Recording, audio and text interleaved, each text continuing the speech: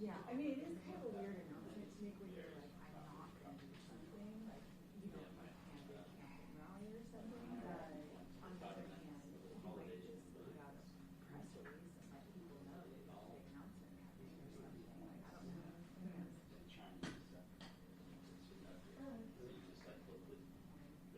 Hello. Hello. Nice to see you. How long were you guys in? We'll be 5 minutes exactly only because of you being one. Man, you get 4 nights of equipment. Yeah, so we tend to do a lot of 5 minutes. Yes, that's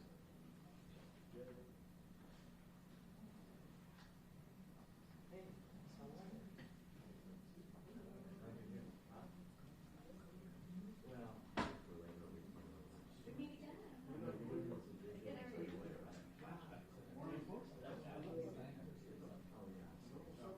Oh, good job. yeah.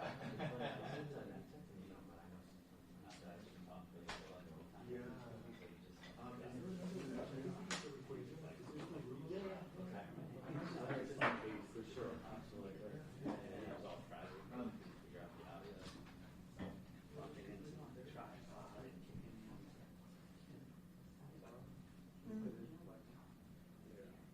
That's weird for a second. LA, Oh, there we go. Yeah, way out front. Thank you, thank you. Thank you so much. Thank you, brother. Cool.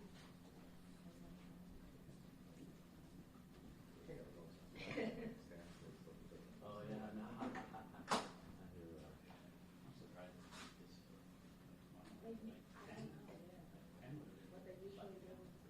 A couple of guys on the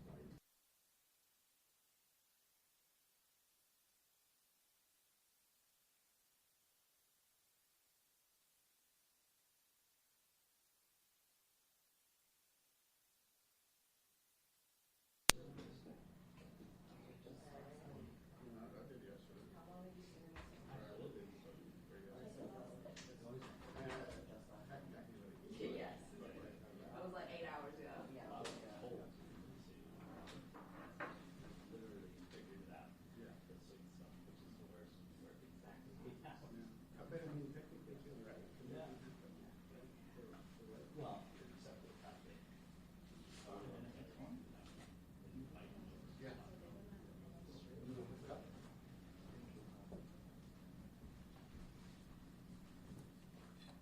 Check, check, check. 1 2 1 2. Check, check. 1 2 1 2. Mic check, mic check. 1 2 1 2. Test, test. 1 2 1 2.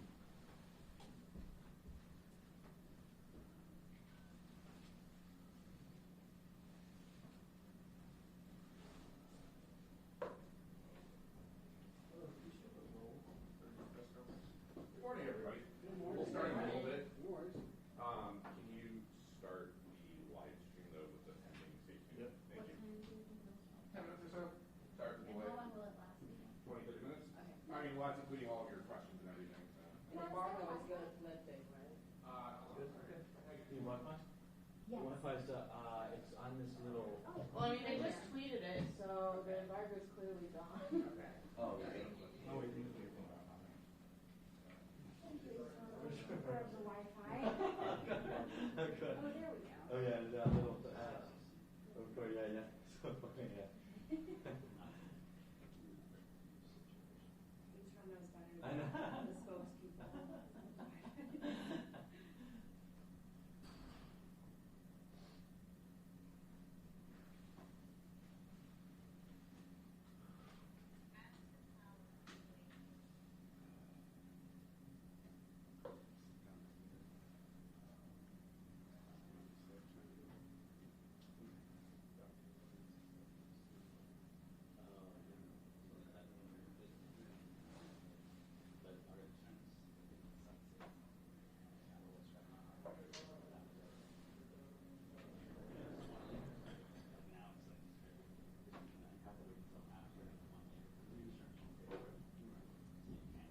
Actually, we'll be starting in about a minute or two. Oh, Yeah. thanks.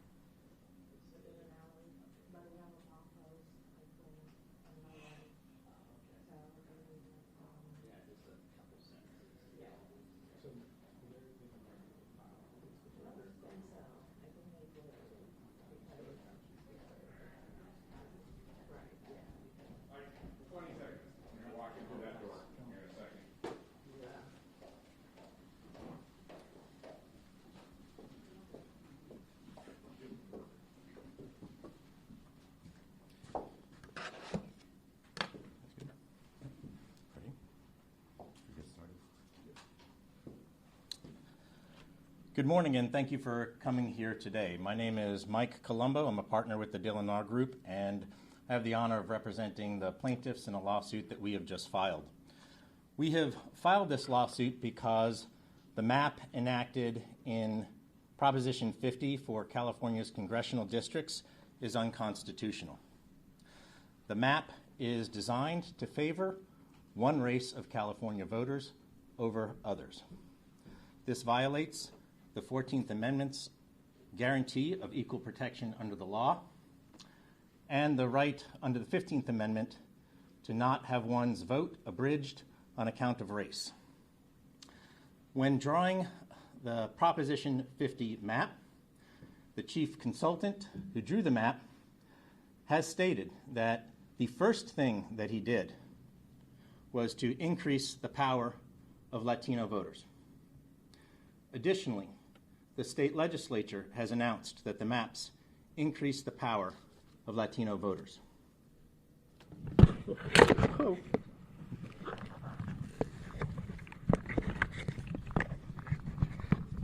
Okay, I want these 5 stations to come up here. Kidding. All right. Let's tighten that up. There you go. Okay. Tension might be on the other dial. All right. So I'm talking to AP, ABC, Fox 40, KTLA, and KCRA. No more interviews. All right, so the Prop 50 maps accordingly increased the number of districts in which Latinos are favored to win the election or win their preference in the election from 14 to 16 of California's 52 congressional districts. When states racially gerrymander their voting districts, the Supreme Court has permitted a limited exception to the Constitution. That exception requires, among other things, that the favored voters are a minority whose preferred candidates cannot get elected because of the votes of another majority race. Due to California's marvelous diversity, of which we are all proud, Hispanics make up the most voters in the state. There is no majority race in California more than Hispanics. Hispanics have had fantastic success in electing candidates of their choice. Accordingly, California cannot meet this exception. The exception also requires not that we come up with some kind of after-the-fact rationalization for the maps, but that, in fact, the legislature considered the evidence and the analysis that required racial gerrymandering to avoid violating people's civil rights. The record we have establishes that before the maps were voted upon and after, analyses were conducted that concluded that there was no voting rights problem in California's prior maps for the legislature to remedy. Further, there is no evidence whatsoever that the California legislature, in fact, circulated any such analysis to the legislatures for them to consider when they cast their votes to launch Proposition 50.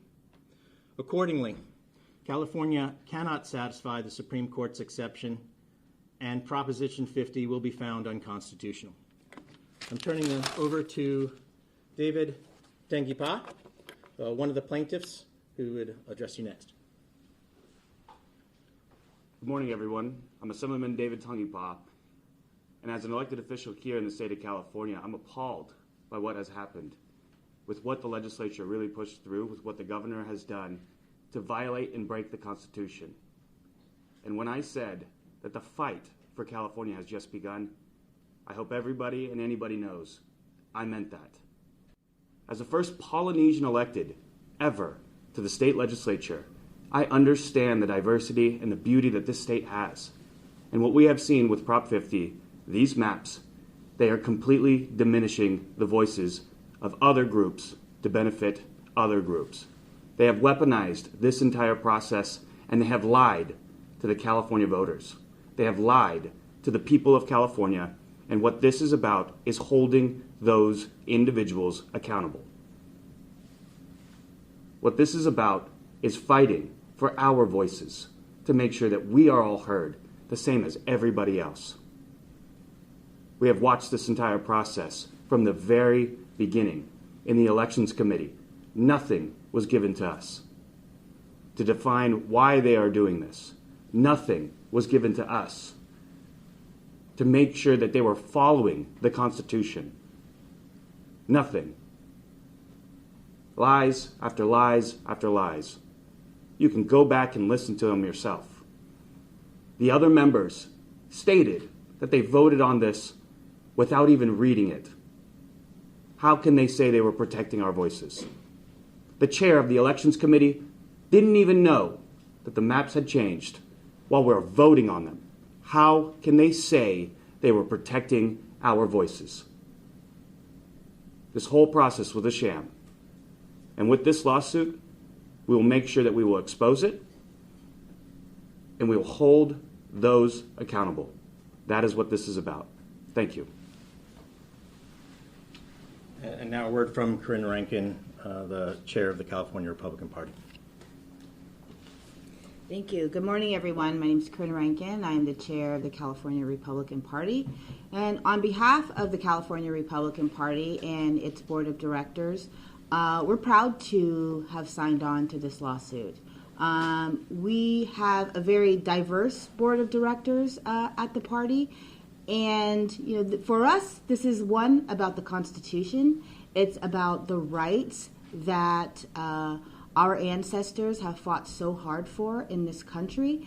It's about sticking with the Constitution, and it's about equality and fair and equal treatment. And we believe that Californians, no matter what color your skin is, no matter what your socioeconomic background is, you deserve to be treated fair. You deserve to be treated equally. And that's what this lawsuit's about. Fair and equal representation for every Californian, no matter the color of your skin. Thank you. And my colleague Mark Moiser, who is a key member of the team who prepared this lawsuit. Mark Moiser here, attorney with the Dillon Law Group.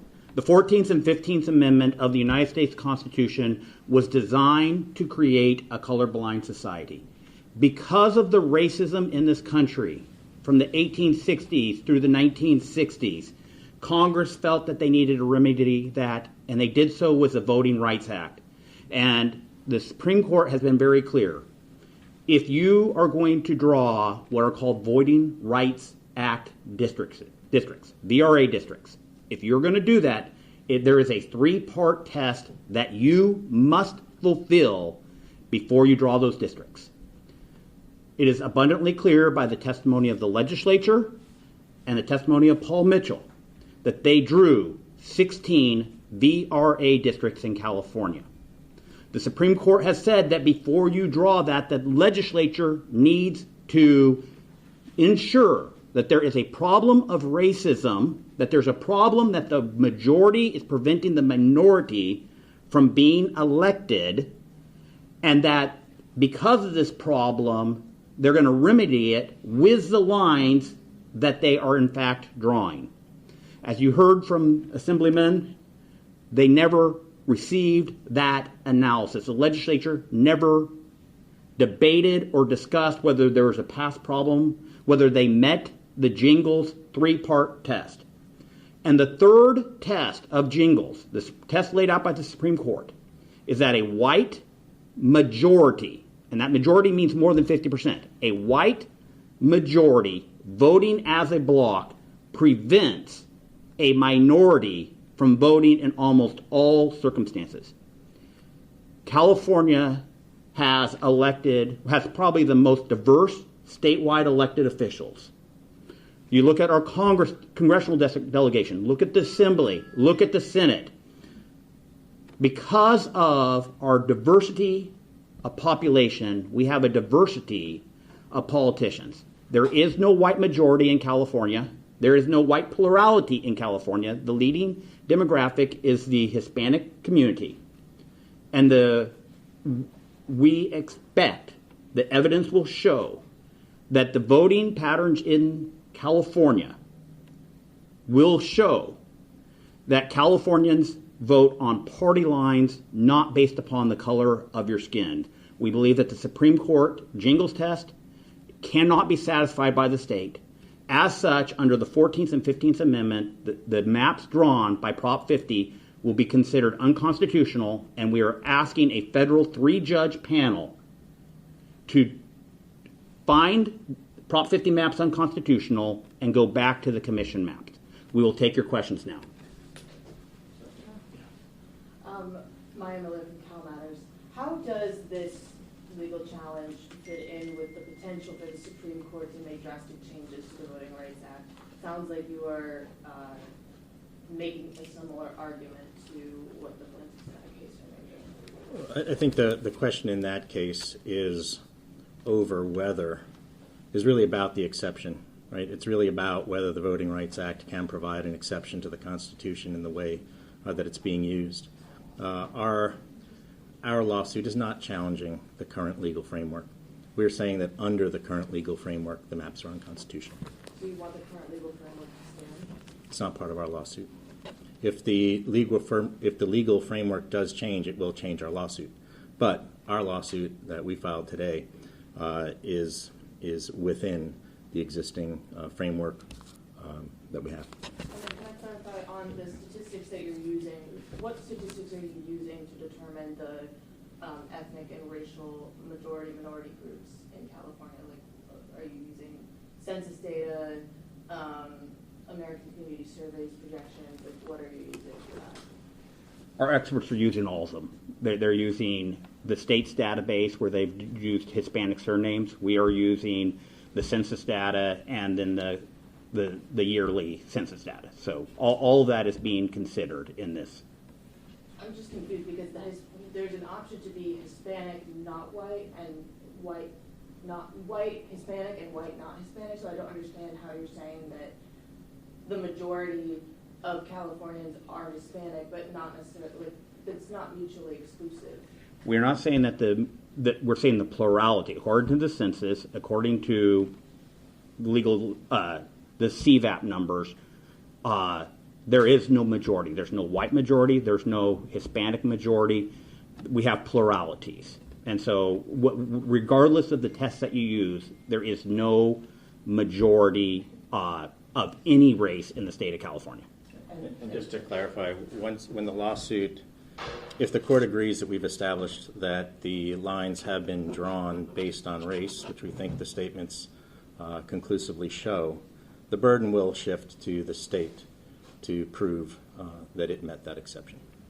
So just to follow up on that, are you talking about Hispanic voters or Latino voters then? Or are you using the two terms interchangeably here? The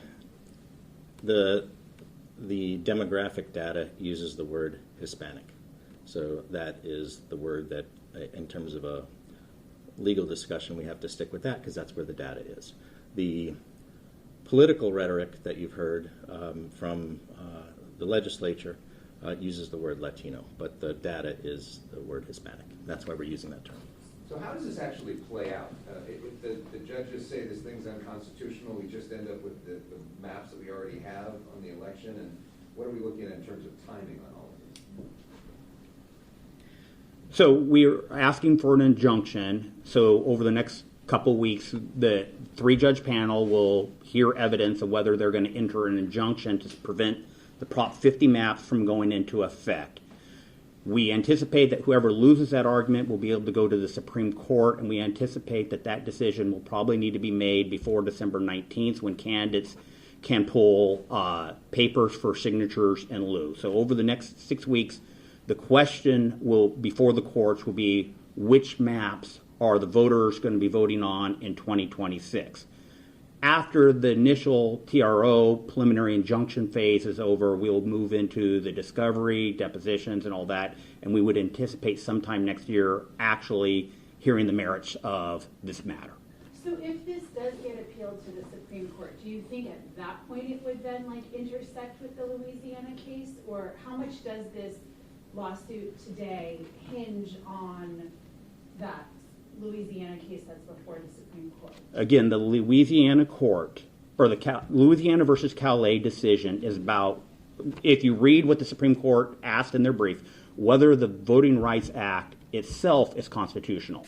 Our case is under the current Supreme Court precedents that is in effect as of the date that the legislature adopted and the people of California adopted Prop 50. As of the date that that happened, under the test set forth by the Supreme Court, the state of California has failed that test, and these maps are unconstitutional under the current maps.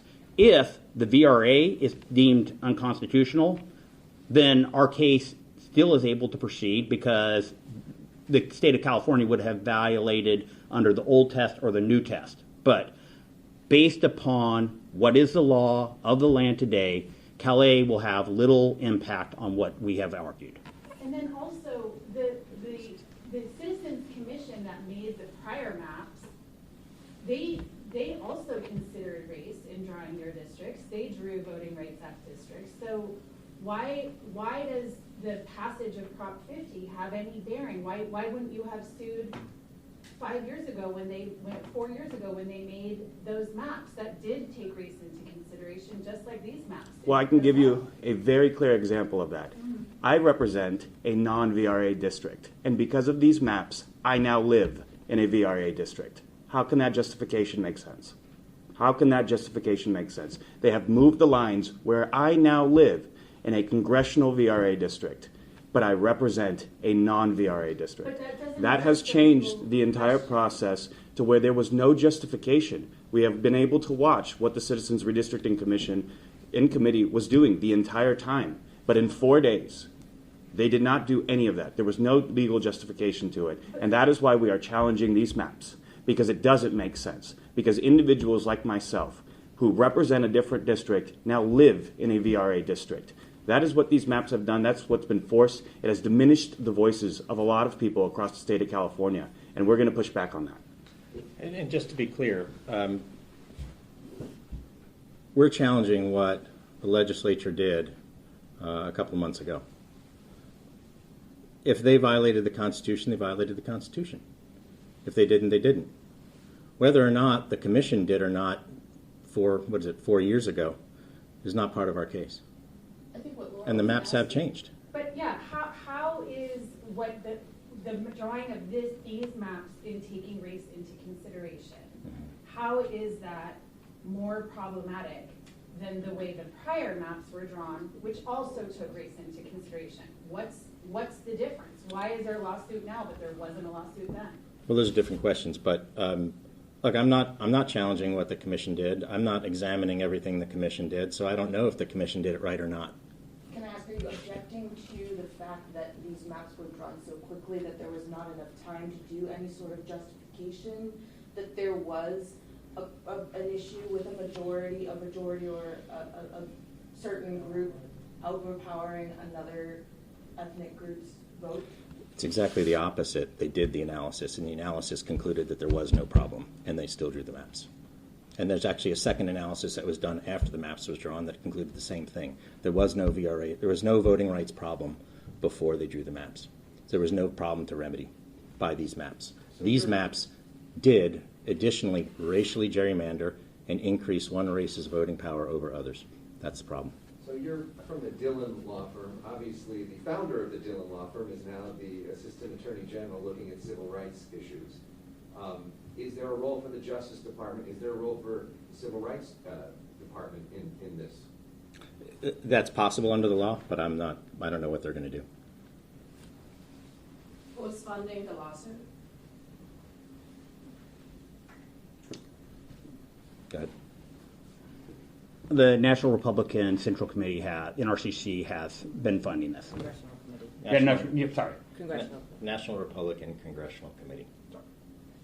Another question on just clarification on the statistics that you're using. Are you talking, when you're talking about racial and ethnic groups a majority. There is no majority in California. Are you talking about all adults? Are you talking about registered voters? Are you talking about likely voters? What are you talking, because there's different, there are differences in whether there's a plurality or a majority, depending on what categorization of people you're talking about. You're right. There are different ways to slice and dice it. You will very shortly see a motion from us that will explain everything in explicit detail with support by expert declarations that go through all the statistics. You're right. There are subtle differences in between the different ways you can measure it, but it all comes out the same. No, but because Latino likeliest voters, Latino folks are less represented in the basically likely voters than they are in the pool of all adults in California, because they're not registered. So I'm just confused as to what measuring stick you're using. Well, you will see very soon, a full analysis that will explain all of that. However, to your central question, I think what you're raising is, well, what if Latinos are registered to vote and they're in great numbers, but they don't vote? That's not part of this analysis. The question that the Supreme Court is asking in order to determine whether or not the Constitution is violated is not whether or not people choose to vote. The question is a racial majority voting as a bloc to prevent them from electing the candidates of their choice? It's a different test than whether or not they choose to vote or they are voting. Since the Supreme Court has said that basically that federal courts can't hear challenges on partisan gerrymandering, and the people who led this process through Prop 50 made it clear through and through that it was a partisan power play. It was meant to elect more Democrats. Aren't these current maps like more defensible than the old maps? Because the old ones weren't meant to be partisan, and yet they did take race into account. And these ones are blatantly partisan, and they also take race into account. So won't the state just say it's a partisan move and that's that? Well, that is exactly what they will say, right? And that was the rhetoric. And yet, under the cover of that rhetoric, we have statements from their chief consultant saying, the first thing I did was to increase Latino voting power. The maps, in fact, increase the number of districts in which the government has decided that Latinos should get their choice of elected official from 14 to 16. So it's true, you're right. There was a lot of rhetoric and maybe even an effect. But within that, we have clear statements that establish that there was racial gerrymandering going on nonetheless. They're not exclusive. I'm curious how this all fits into the national conversation, you might say. And I know that last time, months ago, when there was a press conference, I asked whether or not there were local legislators that were putting pressure or maybe even kind of using the same standard that they're using for their arguments previously on the Texas legislators and President Trump. Has that developed since last we spoke? Or has anyone been putting pressure on Texas to kind of step this whole grand national fight back a bit? I guess is kind of my question. I have no idea. I'm just a lawyer. I'm just a lawyer for these plaintiffs in this lawsuit in California. I have no idea what other people are doing vis-a-vis Texas.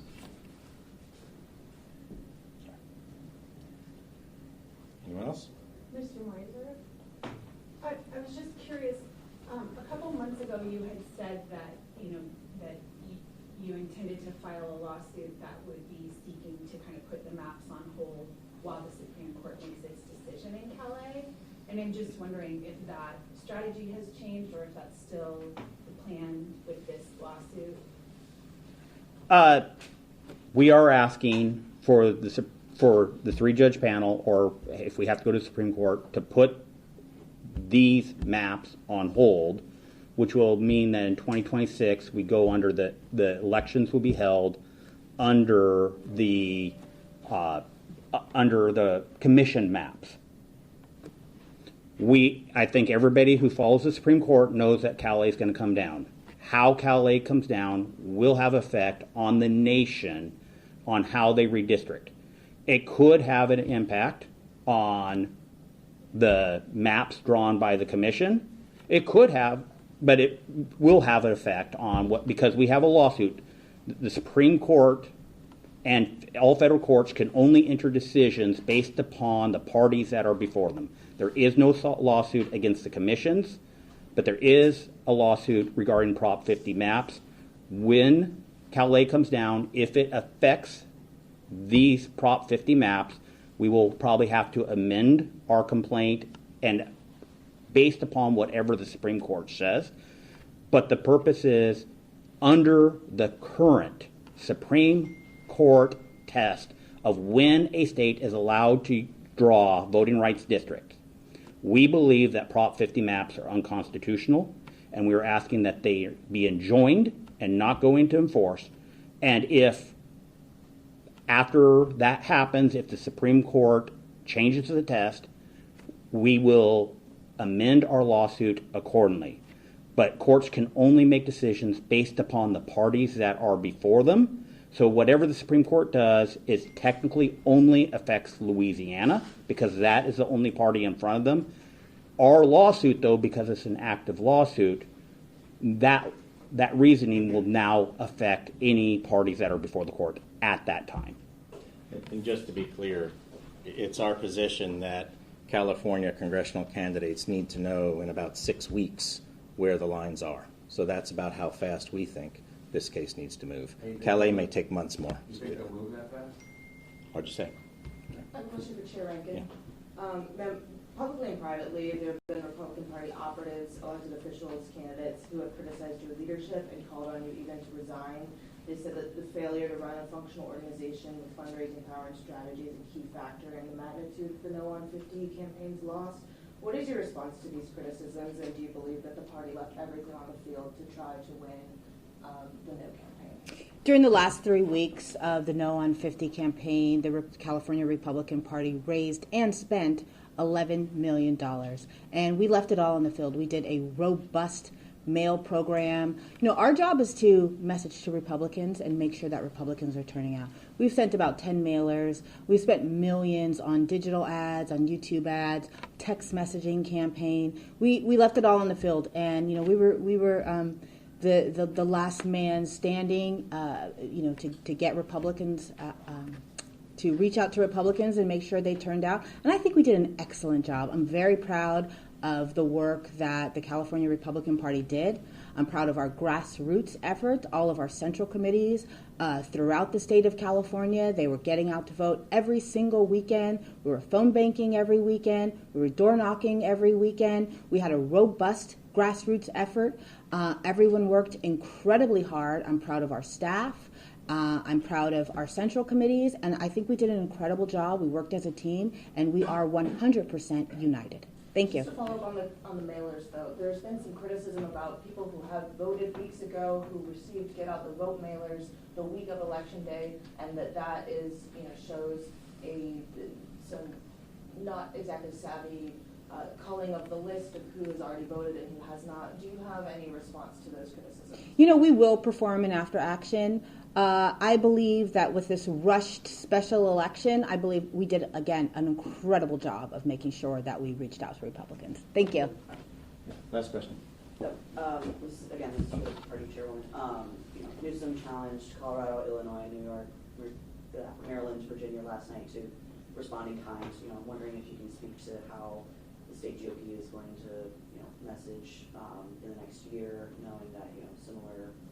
Yeah, we just stay focused on California. I was elected as the California Republican Party chairwoman. I'm born and raised in California. My family left segregated South Louisiana to move to California so that my parents could have a better opportunity for their children. I'm not concerned with what other states are doing. My job is to worry about California. Well, let's think about it from this sense, too. Newsom is calling on Maryland, Colorado, and everybody else, and we're calling on Newsom to focus on California. Mm-hmm. That's what this lawsuit's about. The issues that we have here in California. We're pointing at other states, Texas, everyone else. Let's react. Well, it used to be, and I said this on the floor, as California goes the nation. But right now it looks like as Texas goes California, and we have fallen behind. We have fallen behind. And the governor should be worried about the issues in this state. The governor should be focused on the issues in this state. And if he has presidential aspirations and he wants to tell Colorado, he wants to tell all these other places, you should get in the fight, well, I'm looking to fight for the people who can't afford their groceries here in the state that grows the world's food. I'm here fighting for the people who can't afford their utility cost when we have the most abundant natural resources in the world, because the governor won't take action and focus on Californians. So until he gets his act right, until he stops focusing on the other states, and until we look in the mirror and we say it's California's fault, it's going to take California to really save us in our state, that's what we're focused on. We've got to talk about California. I don't care what Texas is doing. I don't care what Colorado is doing. As a representative of the state of California, I care about Californians because we're starving, we're hungry. It is too hard to live in the 5th largest economy in the world, and that is because of leadership in this state. It's not the federal administration's fault. It's not anybody else's fault. It's this state's fault, and it's only going to take us to fix it when we prioritize Californians. That's what we're going to do. Thank you for being here. Thank you very much. Maya, Hello. Good to see you. Can I ask a question? So I've been